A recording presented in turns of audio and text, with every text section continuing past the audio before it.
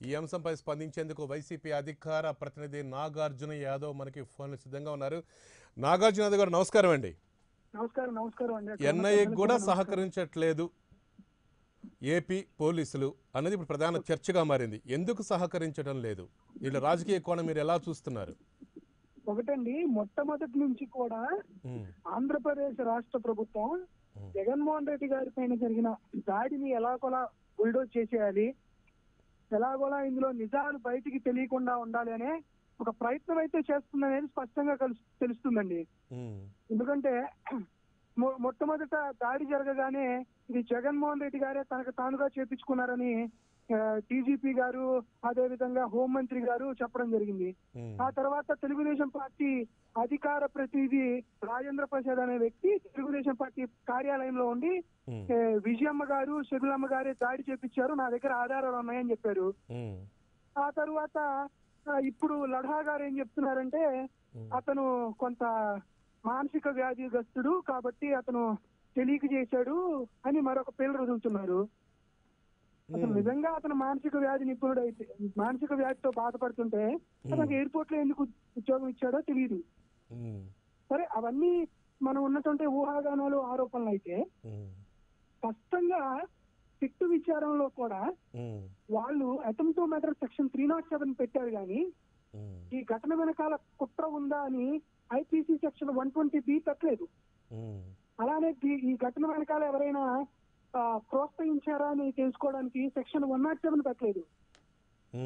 ఇవన్నీ technical issues కూడా ఇవి అరేజ్ అవుతూ ఉంటే స్పష్టంగా హైకోర్టులో ఆంధ్రప్రదేశ్ కు సంబంధించినటువంటి అడ్వకేట్ జనరల్ వాదిస్తుంది ఏంటి అంటే 2 చట్టాలు, ఒకటి safety of సివిలేషన్ act 3A and national investigation agency act 6(1)(2) ఈ 2 చట్టాలను తొంగలోకి తొక్కి ఎట్టి పరిస్థితుల్లోనూ జగన్మోహన్ రెడ్డి గారి పైన జరిగిన హత్యాయత్నం ఎన్ఐఏకి అప్పగించకూడదు అని చివరి నిమిషం దాకా ప్రయత్నం చేసిన మాట వాస్తవం. తరువాత కోర్టు ఎన్ఐఏకి అప్పగించిన తీర్మానం చేసిన తర్వాత కూడా న్యాయమూర్తి సమక్షంలోనే ఆంధ్రప్రదేశ్ ప్రభుత్వం అయినటువంటి అడ్వకేట్ జనరల్ నేను సుప్రీంకోర్టుకు వెళ్తున్నా అని చెప్పాడు. ఈ రోజు నేను స్పష్టంగా అడుగుతున్నాం, ఇప్పుడు ఎన్ఐఏ జగన్మోహన్ రెడ్డి గారి పైన జరిగిన దాడి విషయంలో తెలుగుదేశం పార్టీకి సంబంధించిన పాత్ర లేకపోతే విచారణకి ఎందుకు భయపడుతున్నారు? అదే కదా ఇక్కడ ఉన్నటువంటి పెద్ద సమస్య. మీరు ఎందుకు భయపడుతున్నారు? మీకెందుకు మీ కాళ్ళ కింద భూమి ఎందుకు కదులుతుంది? మీరు నిజాయితీ పరులే అయితే, మీ చేతికి ఎలాంటి మట్టి అంటలేదైతే, అది కోడి కత్తి అని మీరు నమ్మితే, అది నారా కత్తి కాదు అని మీరు భయపడుతున్నారా? మీరు అది కోడి కత్తి నారా కత్తి అనే మీ భయాన్ని చూస్తే అది కోడి కత్తి కాదు నారా కత్తి అని మేము అందరం అనుకోవాల్సిన పరిస్థితి ఏర్పడింది. ఇప్పుడు మీరు ఎన్ఐఏకి సమాచారం ఇవ్వకుండా ఉంటాము అంటే కుదరదు కదండి. ఇందాక పెద్దలు చెప్పినట్టు రాజ్యాంగంలోని ఆర్టికల్ 1 ప్రకారం, ఆర్టికల్ 1 అంటే భారతదేశం రాష్ట్రాల సమైక్య. కాబట్టి కేంద్రానికి సంబంధించినటువంటి ఐబీ గాని, రా గాని, ఎన్ఐఏ గాని వీటన్నిటికీ స్టేట్ పర్మిషన్ ఇవ్వకుండా ఉండాల్సిందైతే అవసరం లేదు. బట్ ఎందుకు ఇది జరుగుతా ఉంది? ఎందుకు చంద్రబాబు నాయుడు గారు భయపడిపోతున్నారు? ఎందుకు రాష్ట్ర ప్రభుత్వం జగన్మోహన్ రెడ్డి గారికి థర్డ్ పార్టీ ఇన్వెస్టిగేషన్ వేయకూడదని ఎందుకు భయపడుతున్నారో వాళ్ళే చెప్పాల్సినటువంటి పరిస్థితి ఇప్పుడు దాపురించింది. నాకు తెలిసి ఈ సమాచారాన్ని, ఈ ఘటనను చూస్తుంటే జగన్మోహన్ రెడ్డి గారి పైన జరిగినటువంటి హత్యాయాత్రంలో ఒక పెద్ద కుట్ర ఉన్నది అనేది మాత్రం సుస్పష్టంగా అందరికీ అర్థమవుతుంది. ఎన్ఐఏ సత్వరంగా విచారణ చేసి ఆ నిందితులు అయితే ఎవరున్నారు, కుట్రదారులు ఎవరున్నారు, ఆ ప్రోత్సాహకులు ఎవరున్నారో వారిని అరెస్టు చేయాలని మాత్రం తప్పకుండా వైఎస్ఆర్ కాంగ్రెస్ పార్టీ నుంచి డిమాండ్ చేస్తున్నాం.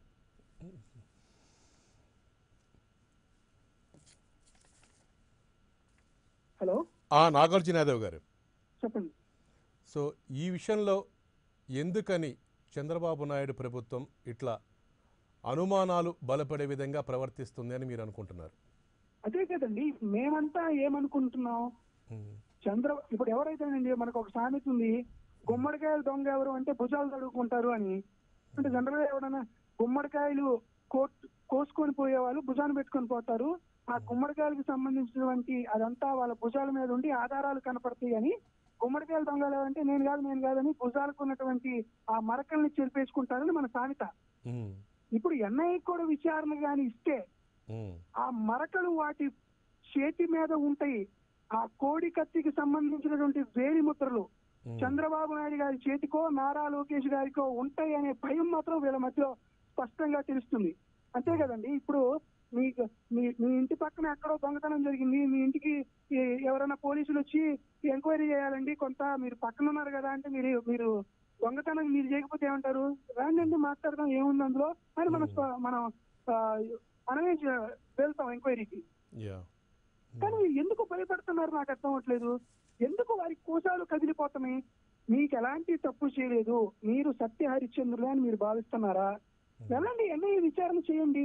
ఇంతకు ముందు మీకు గుర్తే ఉంటుందండి, ఇంతకు ముందు జగన్మోహన్ రెడ్డి గారి పైన దాడి జరగగానే ఇది కేంద్ర ప్రభుత్వ ఆధీనంలో ఉన్నటువంటి విమానాశ్రయం, అక్కడ అంతా కేంద్ర ప్రభుత్వానికి సంబంధించినటువంటి వ్యక్తులే ఉంటారు, శాంతి భద్రతలు మా పరిధిలోకి రావు, జగన్మోహన్ రెడ్డి గారే కావాలని బీజేపీతో కుమ్మక్కయ్యి కేంద్ర పరిధిలో ఉన్నటువంటి విమానాశ్రయంలో దాడికి వ్యూహాన్ని ఆయనే రచించుకున్నారని సాక్షాత్తు చంద్రబాబు నాయుడు గారే చెప్పిన సందర్భాలు మనందరం చూసాం. మీరు చెప్పినట్టే కేంద్ర ప్రభుత్వ పరిధిలో ఉన్న విమానాశ్రయమే కాబట్టి అక్కడ జరిగినటువంటి సంఘటనని కేంద్ర ప్రభుత్వ సంస్థ అయినటువంటి ఎన్ఐఏ విచారణకు ఆదేశించింది. మీ రాష్ట్రంలో జరిగింది కాబట్టి రాష్ట్ర ప్రభుత్వానికి సంబంధించినటువంటి సమాచారాన్ని ఆ నిందితుడిని ఎన్ఐఏకి అప్పగిస్తే మీకు పోయేదేముంది? ఒకవేళ నిజంగా ఎన్ఐఏకి విచారణకి ఇస్తే చంద్రబాబు నాయుడు గారు, నారా లోకేష్ గారు, లేకపోతే తెలుగుదేశం పార్టీకి సంబంధించినటువంటి ముఖ్య వ్యూహకర్తలందరూ జైలుకి వెళ్తారని మీరు ఏమన్నా భయపడుతున్నారా? చెప్పండి. లేకపోతే పోనీ చంద్రబాబు నాయుడు గారు చాలా ప్రెస్ మీట్లు పెడుతున్నారు కదా, ఒక ప్రెస్ మీట్ పెట్టి ఆయనే చెప్పమనండి. ఎందుకంత భయపడ్డాం? ఆ ఎన్ఐఏకి విచారణ ఇస్తే మా పాత్రలు బయటపడతాయి, మేము జైలుకి వెళ్తామని మాకు భయం ఉంది, మేము జైలుకి వెళ్ళకూడదని మేము విచారణకి ఇవ్వట్లేదని చెప్పానండి. ఇవన్నీ టెక్నికల్ ఇష్యూస్ అండి. ఈ రోజు జగన్మోహన్ రెడ్డి గారి పైన దాడి జరిగింది విశాఖపట్నం ఎయిర్పోర్ట్ లో. రేపు అక్కడికి పవన్ కళ్యాణ్ వెళ్తారు, రేపు నరేంద్ర మోడీ వెళ్తారు, రేపు చంద్రబాబు నాయుడు గారు వెళ్తారు, లేకపోతే ఎంతో మంది ప్రముఖులు వెళ్తారు. ప్రతి ఒక్కరిపైన దాడి జరుగుతుంది అంటే ఆ దాడి వెనకాల కోణాన్ని మనం అర్థం చేసుకోవాలి కదా. విశాఖపట్నం ఎయిర్పోర్ట్ లో ఎంతో మంది ఇప్పటిదాకా ఎంతో మంది వెళ్ళుంటారు, సెలబ్రిటీస్ కానీ రాజకీయ నాయకులు కానీ. వాళ్ళందరి మీద చేయనటువంటి దాడి, వాళ్ళందరి మీద చేస్తే రాని ప్రచారం, వాళ్ళందరి మీద జరగని కుట్ర ఎందుకు ఎన్నికలకు ముందు జగన్మోహన్ రెడ్డి గారి పైన జరిగిందనేదే మొట్టమొదటి ప్రశ్న. జగన్మోహన్ రెడ్డి గారి పైన దాడి జరిగినటువంటి మరుసటి రోజే చంద్రబాబు నాయుడు గారు ఢిల్లీకి వెళ్లి కాంగ్రెస్ పార్టీతో పొత్తు ఎందుకు కుదుర్చుకున్నాడు అనేది రెండవ ప్రశ్న. జగన్మోహన్ రెడ్డి గారి పైన ఉపయోగించినటువంటి కత్తి విమానాశ్రయంలో రెండంచెల భద్రతలను దాటి విఐపి లాంచ్ కి వచ్చి జగన్మోహన్ రెడ్డి గారి మెడకి గుచ్చుకోవాలనే పథకం ఎవరు వేసిందనేదే మూడవ ప్రశ్న. తిట్టు జరపాల్సినటువంటి సెక్షన్స్ తో విచారణ కాకుండా కేవలం ఒక హత్యాయత్నం జరిగింది అని ఒక సెక్షన్ తో విచారణ జరపడం అనేది నాలుగవ ప్రశ్న. మనందరం చూస్తామంటే రోడ్డు మీద ఎవరన్నా చనిపోతే, అంటే ఒక అనాథ చనిపోయినా కూడా ముందు ఆ కేసుని పోలీసులు ఏమని విచారణ ఇస్తారంటే అనుమానాస్పద మరణం అని జనరల్ గా ఎఫ్ఐఆర్ పూర్తి చేసుకుని తర్వాత మిగతా కార్యక్రమాలు అవి పంచనామా పూర్తి చేసి రిపోర్ట్ పోస్ట్ మార్టం చేసి ఆ తర్వాత జనరల్ గా దాన్ని సహజ మరణం కింద పోస్ట్ చేస్తారు. నేను ఏం గురించి చెప్తున్నాను, ఒక అనాథ గురించి చెప్తున్నా. అలాంటిది ఒక రాష్ట్రంలో అత్యంత కీలకమైనటువంటి ప్రతిపక్ష నేత, దాదాపుగా 54% ఓట్ షేర్ ఉన్నటువంటి ఒక పార్టీ నాయకుడు రాబోయే ఎన్నికల్లో ముఖ్యమంత్రి పీఠాన్ని అధిష్ఠించే అవకాశాలు 90% పైగా ఉన్నటువంటి వ్యక్తి పైన అత్యంత కర్కశంగా ఒక దాడి జరిగితే, ఒక ప్రీ ప్లాన్ మర్డర్ అటెంప్ట్ జరిగితే ఎందుకు చంద్రబాబు నాయుడు గారు దీన్ని సీరియస్ గా తీసుకొని దీని వెనకాల ఉన్నటువంటి నిజ నిజాలు బయటికి తెలియజెప్పాలి అనే ఆలోచన లేకుండా ప్రవర్తిస్తున్నారో అర్థం అవట్లేదు. అసలు మీ నేత సహకరించట్లేదని అంటున్నారు కదా పోలీసులు కూడా. అంతేనండి, ఇక్కడ ఒక సమస్య ఉంది. జగన్మోహన్ రెడ్డి గారు ఎందుకు సహకరించట్లేదు?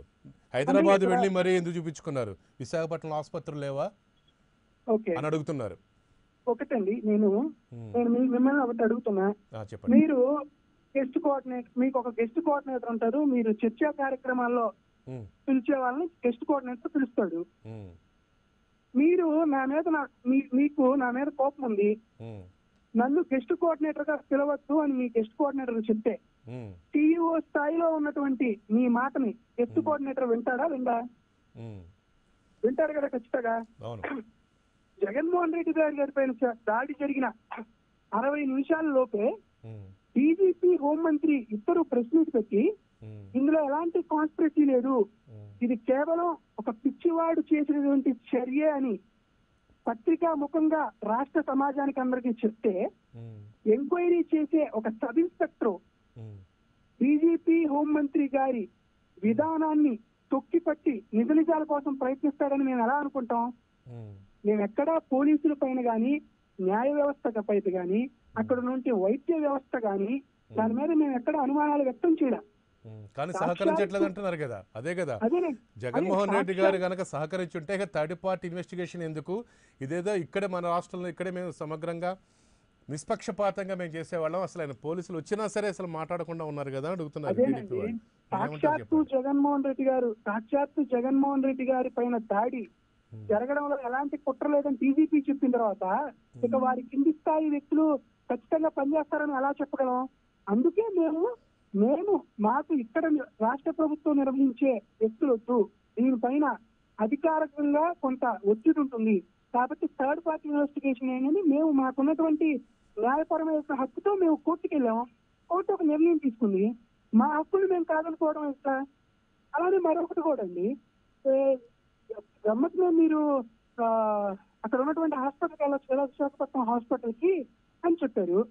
నేను ఈరోజు స్పష్టంగా అడుగుతున్నాను అండి, మనకు ఒక యాక్సిడెంట్ జరిగితే మీరు యాక్సిడెంట్ జరిగినటువంటి ప్లేస్ కా నుంచి తొందరగా బయటికి వెళ్ళి మీ మిత్రులకు కానీ మీ కుటుంబ సభ్యులకు కానీ నేను జాగ్రత్తగానే ఉన్నాను అనే మెసేజ్ ఇవ్వడానికి ప్రయత్నం చేస్తారా? లేకపోతే మీ ఇంట్లో వాళ్ళు మీ మిత్రులు అందరూ భయపడేలాగా మీరు వెళ్ళి ఐసీయూలోకి వెళ్ళి పడుకుంటారా? హైదరాబాద్ వాళ్ళు అంటున్నదే, విశాఖపట్నం నుంచి హైదరాబాదే వెళ్ళాలా, పక్క రాష్ట్రానికి వెళ్ళాలా, ఇక్కడ లేవా ఆసుపత్రులు ప్రభుత్వం? జగన్మోహన్ రెడ్డి గారికి సంబంధించిన నివాసం హైదరాబాద్ లో ఉంది. శుక్రవారం పూట కోర్టుకు వెళ్ళాలి, గురువారం నైట్ 2 నిమిషాల్లో వెళ్తుంది.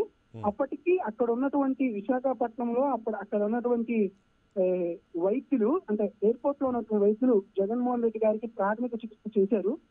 చికిత్స చేసిన తరువాత 1 గంట తర్వాత మేము హాస్పిటల్లో జాయిన్ చేసుకునే అవకాశం ఉందంటే అక్కడ ఉన్నటువంటి వైద్యులు ఇప్పటికైతే ఒక 1 అవర్ టైం ఉంటుందండి, మీరు వెళ్ళొచ్చు అని వాళ్ళు చెప్పిన తర్వాతనే వెళ్ళడం జరిగింది. ఇది అక్కడ ఉన్నటువంటి వైద్యులు ఇచ్చినటువంటి నివేదికలో కూడా స్పష్టంగా పేర్కొంది.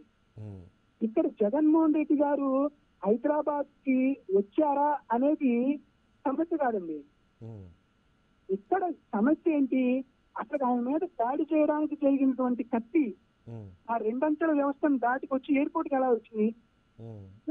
మీరు ఒక షాంపూని, ఒక వాటర్ బాటిల్ ని ఎయిర్పోర్ట్ లాంచ్ లోకి తీసుకెళ్ళొచ్చా అండి? మీరు ఎన్నోసార్లు విమాన ప్రయాణం చేసి ఉంటారు, తీసుకురానిరు కదా. అంతకంటే లేట్ ఒక 1/2 గంట ముందు నేను చెక్ ఇన్ అవుతాను అంటే బోర్డింగ్ పాస్ ఇస్తారండి మనకి?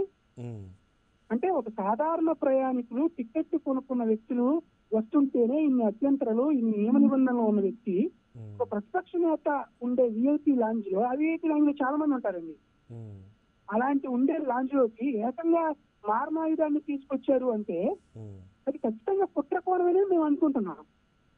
జగన్మోహన్ రెడ్డి గారికి సంబంధించి ఎన్ఐఏకి ఇస్తే రాష్ట్ర ప్రభుత్వానికి ఉండేటువంటి నష్టం ఏముంది? నాకైతే కనిపించట్లేదు. ఎందుకు నష్టం జరుగుతుంది? మరి మీరెందుకు భయపడట్లా? జగన్మోహన్ రెడ్డి గారి పైన హత్యాయత్నం జరిగితే మీరు భయపడట్లేదు ఎందుకు? ఎందుకు రాష్ట్ర ప్రభుత్వం సహకరించట్లేదు మీరు అనుకుంటున్నారు? రాష్ట్ర ప్రభుత్వం సహకరించట్లేదు ఏంటండి? ఎందుకని చంద్రబాబు నాయుడు ప్రభుత్వం సహకరించట్లేదు? కేసు వివరాలు, దర్యాప్తు నివేదిక ఎందుకు ఇవ్వట్లేదు ఎన్ఐఏకి అని మీరు అనుకుంటున్నారు మీ పార్టీ తరఫున? అదే నేను చెప్తున్నానండి. చంద్రబాబు నాయుడు గారికి ఎన్ఐఏ విచారణ జరిగితే తన పాత్ర ఏంటో ప్రపంచానికి తెలుస్తుంది, తను చేసిన కుట్ర ప్రపంచానికి తెలుస్తుంది, తను చేసినటువంటి ఈ హత్య పథకం ప్రపంచానందరికీ తెలిసి తన జీవితంలో తను తన జీవితంలో తన వైపు ఉండేటువంటి నల్లమొహం అంతా ప్రపంచానికి తెలుస్తుంది కాబట్టే చంద్రబాబు నాయుడు గారు భయపడుతున్నారు. ఇందులో మరొక ఉద్దేశమే లేదు. ఎందుకంటే ఎందుకు ఎన్ఐఏ ఎవరండి? కిడారి సర్వేశ్వరరావు, సోము అంటే ఇంతకుముందు మావోయిస్టుల చేతిలో హత్యకు గురయ్యారు. అరకు ఎమ్మెల్యే అండ్ అరకు మాజీ ఎమ్మెల్యే. వాటికి సంబంధించిన కేసులు మీరు ఎన్ఐఏకి ఇచ్చారు కదా, మరి దీనికి ఎందుకు ఇవ్వట్లేదు? ఒకవేళ కేంద్ర ప్రభుత్వం చంద్రబాబు నాయుడు గారిని కక్షపూరితంగా ఇది పెడుతున్నారంటే కిడారి అక్విజిషన్ కూడా చంద్రబాబు నాయుడు అని చెప్పొచ్చు కదా. ఎన్ఐఏ ఎందుకు చెప్పదు? ఎన్ఐఏ అనేది భారతదేశంలోనే 2008 ఉగ్రవాదుల దాడి తరువాత మనకంటూ కొంత దేశంలో బయట గాని లోపల గాని ఉండే అంతర్గత సమస్యల కోసం, ఆర్గనైజ్డ్ క్రైమ్ కోసం, హ్యూమన్ ట్రాఫికింగ్ కోసం, అలానే వైలేషన్ ఆఫ్ అటామిక్ ఎనర్జీ, ఈ 5-6 అంశాలలో జరిగేటువంటి కుట్రలను ఛేదించడానికి 2008లో మనం ఒక చట్టం చేసుకుని ఎన్ఐఏ ఏర్పాటు చేసుకున్నాం. పార్లమెంట్ ద్వారా వచ్చిన చట్టం, ఇన్వెస్టిగేషన్ డిపార్ట్మెంట్ పార్లమెంట్ ద్వారా ఇన్వెస్టిగేషన్ ఏజెన్సీ మనం ఒక చట్టం ఏర్పాటు దీనికి ఎలాంటి స్టేట్ గవర్నమెంట్ పర్మిషన్స్ అవసరం లేదు. ఎందుకంటే టెర్రరిస్ట్ యాక్టివిటీకి సంబంధించి కానివ్వండి, మిలిటెంట్ యాక్టివిటీకి సంబంధించి కానివ్వండి, ఎయిర్పోర్ట్ లో పర్టికులర్ ఇన్సిడెంట్ కి సంబంధించి కానివ్వండి, ఇంకా హైజాకింగ్ సంబంధించిన కానివ్వండి, ఇలాంటి సంఘటనలకి సంబంధించి ఎన్ఐఏ స్వతంత్రంగా స్టేట్ గవర్నమెంట్ పర్మిషన్ లేకుండా చేసుకోవచ్చు. అవునండి, అది స్పష్టంగా ఎన్ఐఏ యాక్ట్ లో ఉంది. ఆర్గనైజ్డ్ క్రైమ్ కూడా ఉందండి. Okay, thank you Nagarjuna Yadav గారు.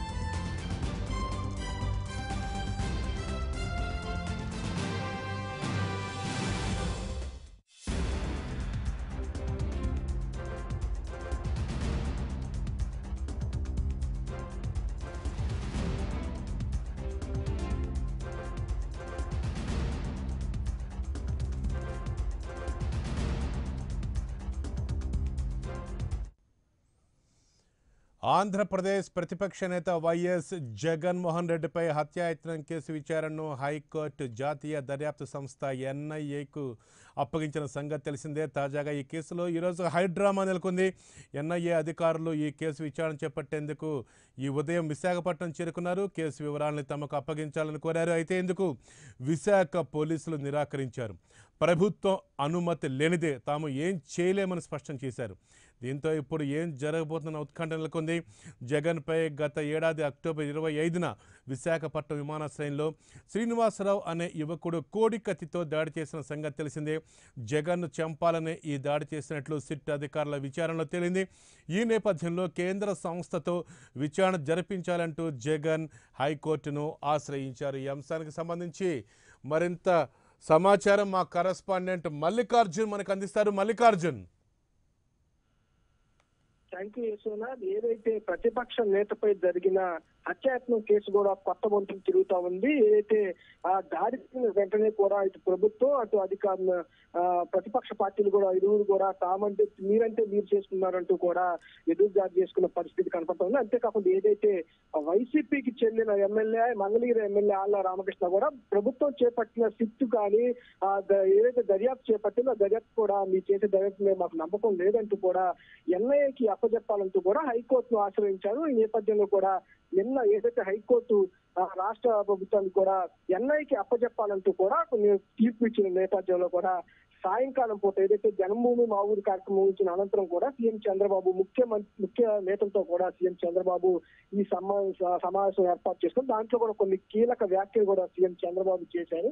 ఏదైతే ఎన్ఐకి అప్పచెప్తూ కూడా హైకోర్టు తీర్పు ఇచ్చింది. ఏదైతే దానికంటే ముందుగానే ఏదైతే కేంద్ర హోంశాఖ ఉందో దానికి ఎన్ఐకి అప్పచెప్పాలంటూ మార్గదర్శకాలు ఎలా ఇస్తుంది, కోర్టులో ఉన్న కేసుని ఎలా మీరు ముందుగానే తీర్పు రాకుండా మార్గదర్శకాలు ఎలా రిలీజ్ చేస్తారంటూ కూడా సీఎం చంద్రబాబు కొంత ఆదేశానికి లోనైన పరిస్థితే.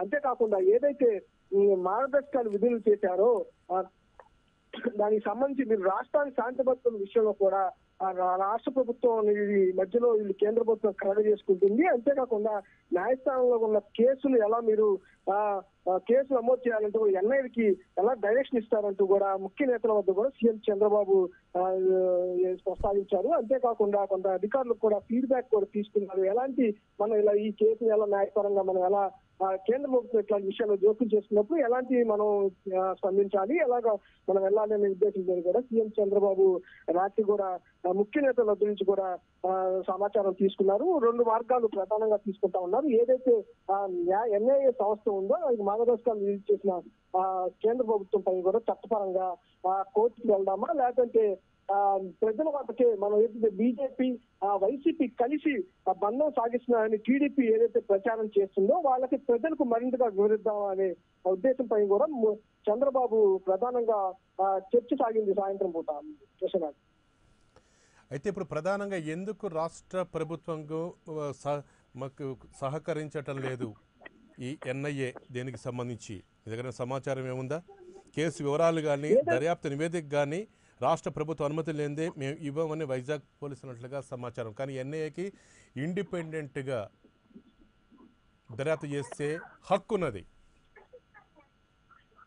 ఏదైతే రాష్ట్ర ప్రభుత్వం సిట్ నివేదిక వేసి అంతేకాకుండా దర్యాప్తు చేస్తా ఉందో దాని విషయంలో కేంద్ర ప్రభుత్వం జోక్యం చేసుకోవటం తగదు. అంతేకాకుండా ఏదైతే ఈ సమైక్య స్ఫూర్తి ఉందో దేశం మొత్తం మీద ఆ స్ఫూర్తికి విఘాతం కలిగిస్తారంటూ కూడా ప్రభుత్వం అభిప్రాయపడతా ఉంది.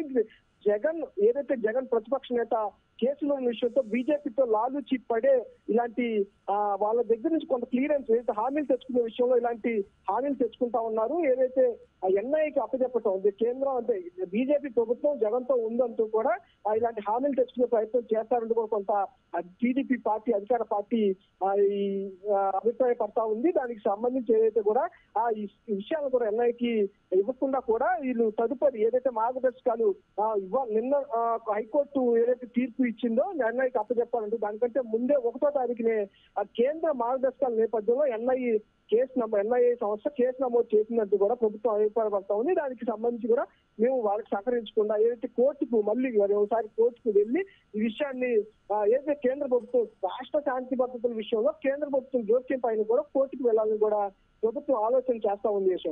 Okay, thank you Mallikarjun.